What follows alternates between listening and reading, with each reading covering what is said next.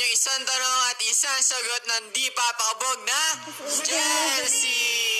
Ito na nga po pala, ang susunod natin na isasalang ay ang newbie Klazumi na si Clark and si Kazumi. Is there a formula para ma-achieve yung ganyang personality, yung ganyang dating? Ganito lang yan. Dapat magandang yung hygiene. And also, having someone like you for inspiration. Kakuha ka at tinining mo. Person. Pagkain mo. Lately, you were busy doing mall shows, vlogs, and promotion. May time ka pa ba sa love? Of course, meron tayong time sa love. Love for family, love for friends, Yes. and love sa work.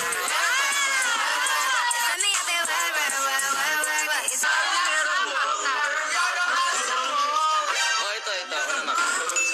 Look at me. Do you see me as a boyfriend material? Hindi, alam mo kung bakit? Ay, bakit? Pang-husband material ka kasi!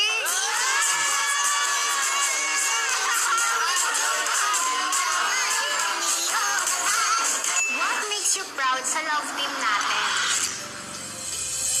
What makes me proud is yung katulad yung sa comment kanina, na kahit bago tayo, madami tayong napapakilig. Kapag nakakabasa ka ng mga magagandang comments about sa love team natin, does it motivate you to perform better? Lahat naman siguro mamamotivate pag nakakabasa ng mga good comments. At syempre, naman, namamotivate ako sa bagay na yun. What is your sweetest message for me as your love team? Pinaka-sweetest is, kamusta ka? Mag-ingat ka, ganun lang. When was the last time you kinilig? Maniniwala ka ba kung sasabihin kong kanina? Kailan kanina? Syempre, sinabi mong maganda ako.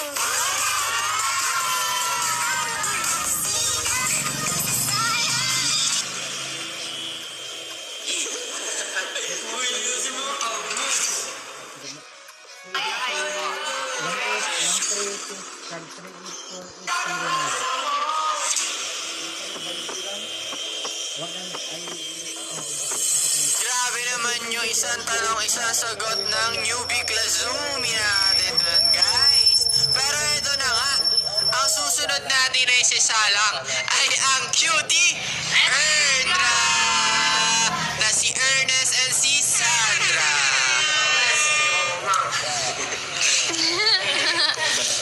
What is the most likable trait na nagustuhan mo sa Syempre, ugali at personality. And bonus na din yung mukha.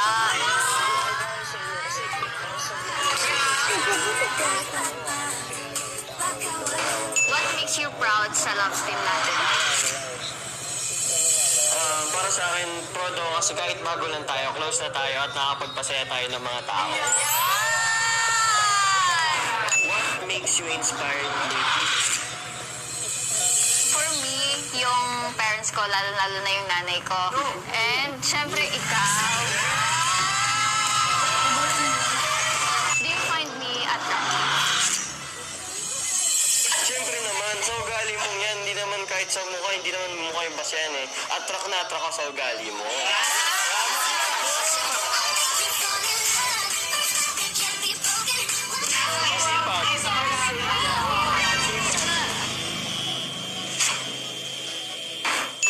When was the last time na kinilig ka? Actually, ngayon.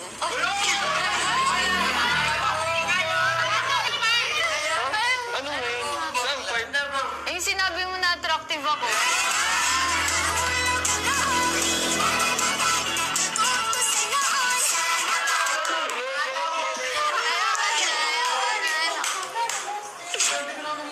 Tay, kanina pa to si Kasi. Dali niya pa inaano niya.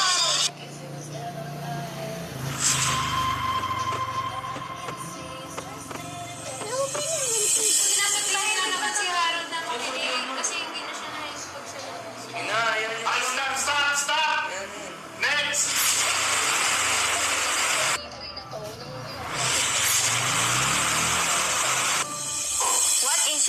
greatest message for me as your love team? What is the good thing in me na hindi alam ng tao or fans? Siyempre, proud ako sa'yo kasi sa ganyang edad mo, nakapag-invest ka na ng sarili mong motor and pinapaaral mo na din yung sarili mo. Mas grabe naman yung isang tanong, isang sagot ng Cutie Erdra. Ang susunod natin ay sasalang ay walang iba kundi ang bigating Hana na si Harold at si Yana. Ako muna, Harold. Sige. Is there a formula para ma-achieve mo yung ganyang looks? Alam mo, wala namang formula eh. Formula? Ano ba?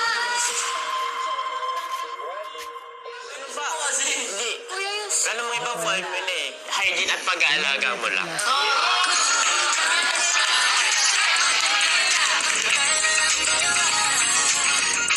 When was the last time na kinilig ka? Ngayon, katabi kita eh.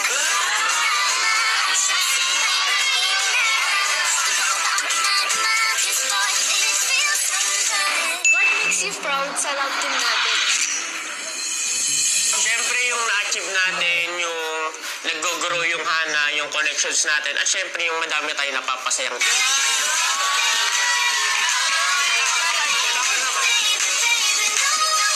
Kapag nakakabasa ka ng magagandang comments about sa love team natin, does it motivate you to perform better? Kasi, hindi ka na nakakatawa.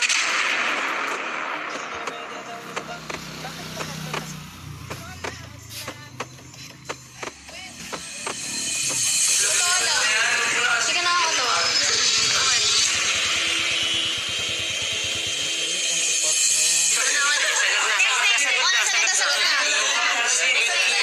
Siyempre, namamotivate ako na i-grow yung love team natin para mas marami pa tayong mapakilig. Okay.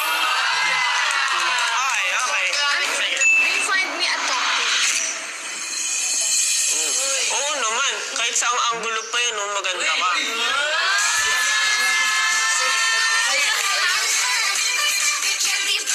What is the good thing in me na hindi alam ng tao o fans? Guys, alam niyo si Harold, lahat ng kinikita niya sa work, iniipon niya. Kaya ngayon, naipundar niya na maganda yung kwarto niya.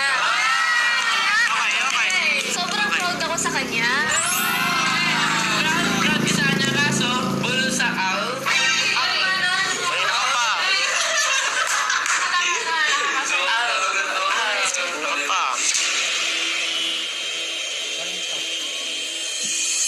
Sige. Willing ka ba maging escort ko once na mag-debut ako? Di ba napag-usapan na natin yan na kahit anong mangyari, ako magiging escort mo sa debut mo?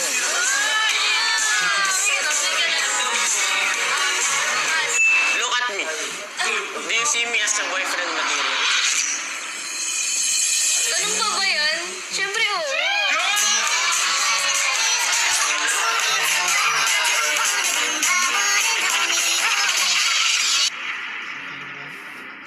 Wala na ka dito. Grabe naman yung isang tanong, isang sagot ng bigating Hana. Pero eto na guys, ang panghuli nating isasalang ang pangmalakasang Milmi na si Miles at si So ako na muna mauuna. Okay. Is there a formula para ma-achieve yung ganyang looks or aura? Siyempre, meron yan. Unang-una sa lahat, hygiene. Pangalawa, matulog ka ng maaga. Pangatlo, drink water. Yun lang, kasi maganda sa balat ko. Hygiene, tulog, drink water. Ano ba ang sikreto ng pagiging fresh at radiant mo? So yun, kaya nga nang sabi mo, matulog ng maaga and always eat vegetables. And okay. syempre, yung pagpapasaya mo.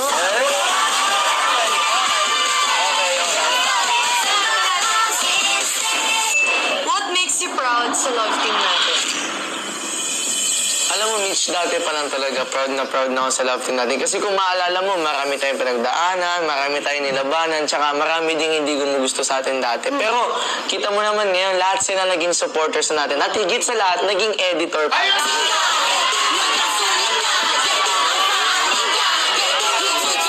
When was the last time na kinilig ka?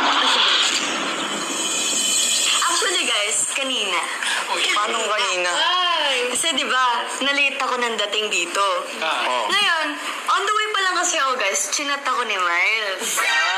Tinanong niya kung asan ako, edi sinabi ko yung location ko. Then sabi niya, ingat with heart.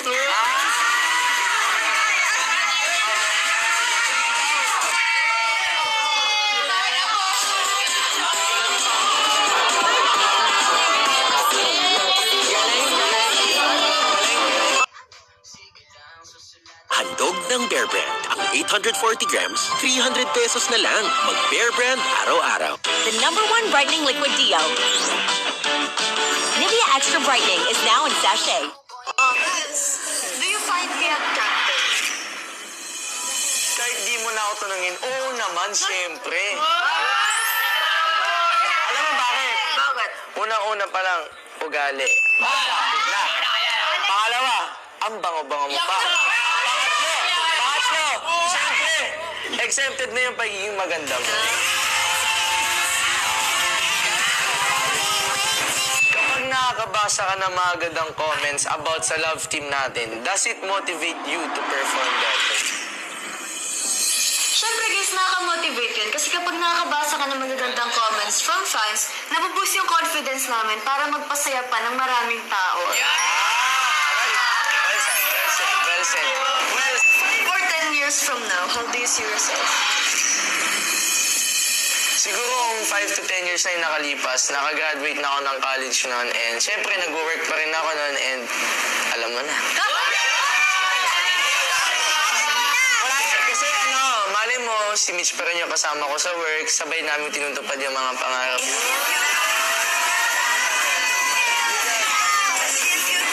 What is that very special moment with me na tinitreasure ko? Alam nyo guys, yung pinaka-tinatreasure kong moments namin ni Miles is nung birthday ko. Kasi guys, bukod sa mga binigay sa akin ng mga kasama natin, binigyan ako ni Miles ng favorite kong flowers. Kaya special yun kasi si Miles naman talaga yung pinakaunang lalaki na gumawa nun. Ay, syempre, napaka-significant din nun sa buhay ko.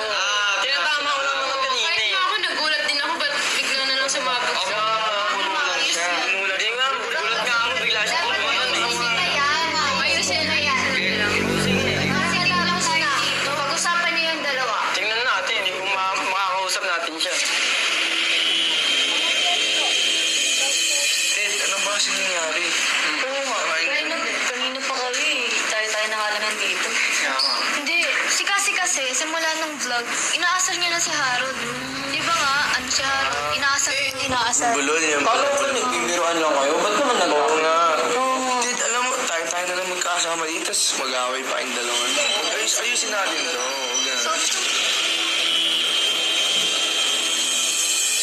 So yun po guys, tatapusin na po muna namin yung vlog sa ngayon. Pero kasalukuyan na pong kinakausap ni Direk yung dalawa. So yun po muna guys, bye po muna sa ngayon. Bye!